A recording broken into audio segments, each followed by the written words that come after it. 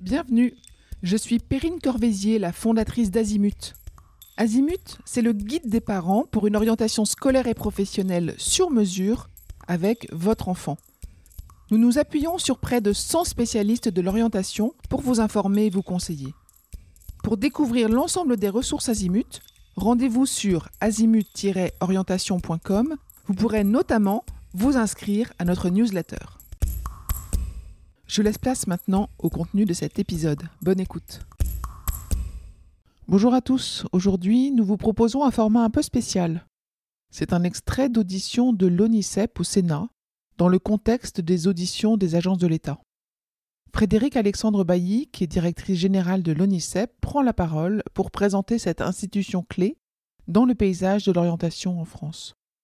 Ces mots permettent de mieux comprendre le rôle, les missions et les enjeux actuels de l'ONICEP, que vous croisez peut-être déjà à travers des brochures, des sites web ou des actions menées dans des établissements scolaires. Écoutons cet extrait. Bien, je vous remercie, Monsieur le Président, Mesdames et Messieurs les sénateurs, de me donner l'occasion ici de présenter cet opérateur qui est à la fois très connu puisque tout le monde a reçu les petits guides de l'ONICEP et les a souvent oubliés dans son cartable après la troisième et la terminale, mais finalement c'est un opérateur qui est relativement peu connu, notamment dans ses missions. Je voulais souligner que l'Office national d'information sur les enseignements et les professions, et comme son nom l'indique, qui a un nom un peu vieillot, est une structure ancienne qui a été créée par un décret du 19 mars 1970, en reprise des missions d'un bureau universitaire de statistique et de documentation scolaire et professionnelle, qui était le service d'information et d'aide à l'orientation des étudiants, et qui datait lui-même des années 30, et qui est devenu un établissement public en 1954. C'est un établissement public administratif sous la double tutelle du ministère de l'Éducation nationale et du ministère de l'Enseignement supérieur et de la Recherche, qui aujourd'hui est placé auprès de la ministre d'État, ministre de l'Éducation nationale. Et les missions de l'opérateur ont été reprécisées récemment par un décret en date du 18 juillet 2023, qui donc a été publié après la loi pour la liberté de choisir son avenir professionnel de 2018, qui impliquait un partage de compétences déjà avec les régions sur l'information, sur les métiers et sur les formations. Les 306 ETP sous plafond de l'ONICEP sont répartis, comme vous l'avez dit, entre un siège où il y a 211 personnels et 17 directions territoriales dans lesquelles sont 95 personnels. Et tout ça pour un budget de l'ordre de 30 millions d'euros qui est utilisé pour mener à bien 3 missions de service public. La première mission, que nous appelons DATA, lui vient de son histoire, c'est celle de tenir à jour la base nationale des données de toutes les formations initiales diplômantes et certifiantes en relation avec les métiers auxquels elles mènent. Cette mission est assurée par des responsables de données qui sont situés dans les équipes territoriales de l'ONICEP et qui actualisent au fil de l'eau les données sur les formations de leur territoire et les font remonter au siège pour qu'elles y soient validées, fiabilisées, intégrées sous un format qui permet à toutes les personnes qui en ont besoin de pouvoir les utiliser. Il s'agit là d'une ingénierie très experte qui assure que les données soient exactes et qu'elles soient homogènes.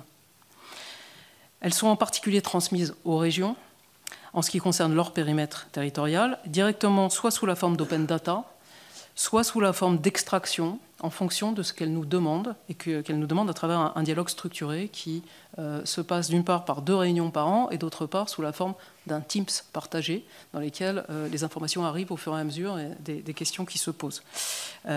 Ces données servent aussi à alimenter et à compléter les outils nationaux d'affectation que sont Affelnet et Parcoursup. Elles permettent à tout élève ou étudiant d'avoir accès à une information qui, parce qu'elle a été construite de la même façon, est comparable d'un territoire à l'autre, ce qui assure non seulement la complétude des informations pour chacun, mais aussi une parfaite égalité des citoyens, dans la mesure où elle comporte également des informations que nous appelons nationales, mais qui indiquent les prérequis, les modalités d'accès, ainsi que les poursuites d'études après chaque type de diplôme. C'est cette même base nationale qui, sous forme d'open data, sert au passage aux start-up d'orientation qui peuvent déployer un modèle économique allégé de cette partie du travail qui est très consommatrice d'expertise et de temps. Se priver de cette ingénierie, qu'il s'agisse de la confier aux régions ou au privé, porterait un risque de diminution du service public ainsi qu'une perte d'économie d'échelle. La seconde mission de l'ONICEP, c'est celle d'informer.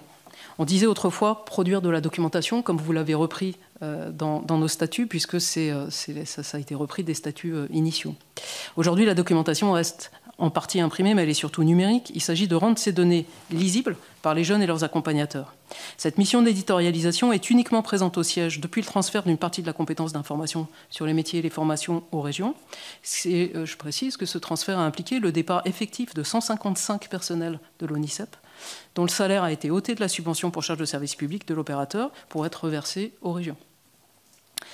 Le site onicep.fr reçoit 44 millions de visites annuelles et est régulièrement cité en premier dans toutes les enquêtes demandant aux répondants où ils s'informent pour leur orientation. Cette éditorialisation passe également par des vidéos dont sont très friands les jeunes et qui leur permettent de mieux appréhender la réalité des métiers et des formations. Les valeurs de service public, en particulier la neutralité et l'objectivité dans la présentation des métiers, ainsi qu'une attention experte à déjouer les biais, notamment ceux qui sont liés au genre ou à l'appartenance sociale, assurent au public une représentation exhaustive et neutre de l'ensemble des formations et des métiers, dans un degré de détail suffisant et avec un registre de vocabulaire adapté à des adolescents, ainsi qu'une présentation lisible des différentes politiques publiques qui concourent à modifier les règles du jeu de l'orientation, par exemple la réforme du lycée général et technologique avec ses enseignements de spécialité à choisir. Enfin, par sa troisième mission, l'ONICEP, en tant que support de la politique d'orientation de ses ministères de tutelle, contribue à accompagner les jeunes et leurs accompagnateurs de trois façons complémentaires. Il s'agit d'abord de fournir les supports pédagogiques qui sont nécessaires à l'éducation, à l'orientation. Et en effet, on n'est plus dans une époque où on oriente les jeunes de force. Or, s'orienter en verbe pronominal avec le S apostrophe, cela s'apprend. Un jeune doit comprendre qu'il ne peut pas faire ses choix sur un coup de dé au moment des procédures nationales. L'objectif poursuivi ne s'arrête pas à être pris dans telle formation plus ou moins prestigieuse pour se comparer à ses camarades. Encore faut-il s'assurer qu'on va réussir à obtenir le diplôme et que ce diplôme va nous permettre de nous insérer dans un emploi qui nous convient. Vous avez bien souligné ça dans votre propos introductif. Pour cela, le ministère de l'Éducation nationale a instauré dès 2005 un parcours éducatif qui a été renommé ensuite en 2015 Parcours Avenir et qui permet aux jeunes de progresser sereinement dans la connaissance de soi, dans la connaissance des métiers et dans la connaissance des formations. Pour garder une trace de ce cheminement, le ministère avait déjà demandé en 2015 à l'ONICEP de créer un portfolio pour les parcours éducatifs. Et c'est ce portfolio qui a ensuite servi de base à l'élaboration de la plateforme Avenir, qui cette fois porte un S, qui a été commandée à l'ONICEP en 2020 pour servir de socle à la politique nationale d'orientation. Cette éducation gratuite à l'orientation, qui est de la stricte compétence de l'État, est une source d'égalité des chances, d'accès à des formations et des métiers moins reliés à l'appartenance sociale ou territoriale des jeunes. Elle vise par exemple à rétablir plus d'égalité dans l'orientation pour les jeunes des territoires ruraux. C'est même au-delà de cette égalité des chances un enjeu sociétal très fort.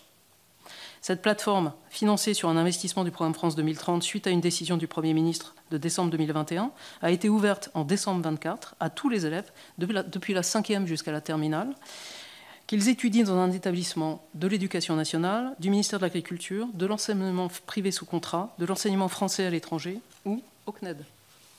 Elle est le socle du parcours Avenir, comprenant une progression avec des objectifs par niveau scolaire, travailler avec le ministère de l'Éducation nationale, des dispositifs pédagogiques pour que les enseignants puissent faire cheminer les élèves et leur faire acquérir peu à peu toutes les compétences nécessaires pour s'orienter.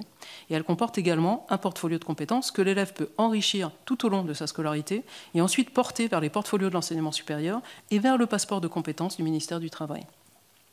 Mise à disposition dans une première version appelée à être enrichie au fil des années, elle fait maintenant l'objet d'un dialogue approfondi avec chaque région, sous le patronage de Régions de France et du cabinet de la ministre d'État, pour qu'elle puisse s'articuler aux outils et dispositifs des régions et de leurs partenaires.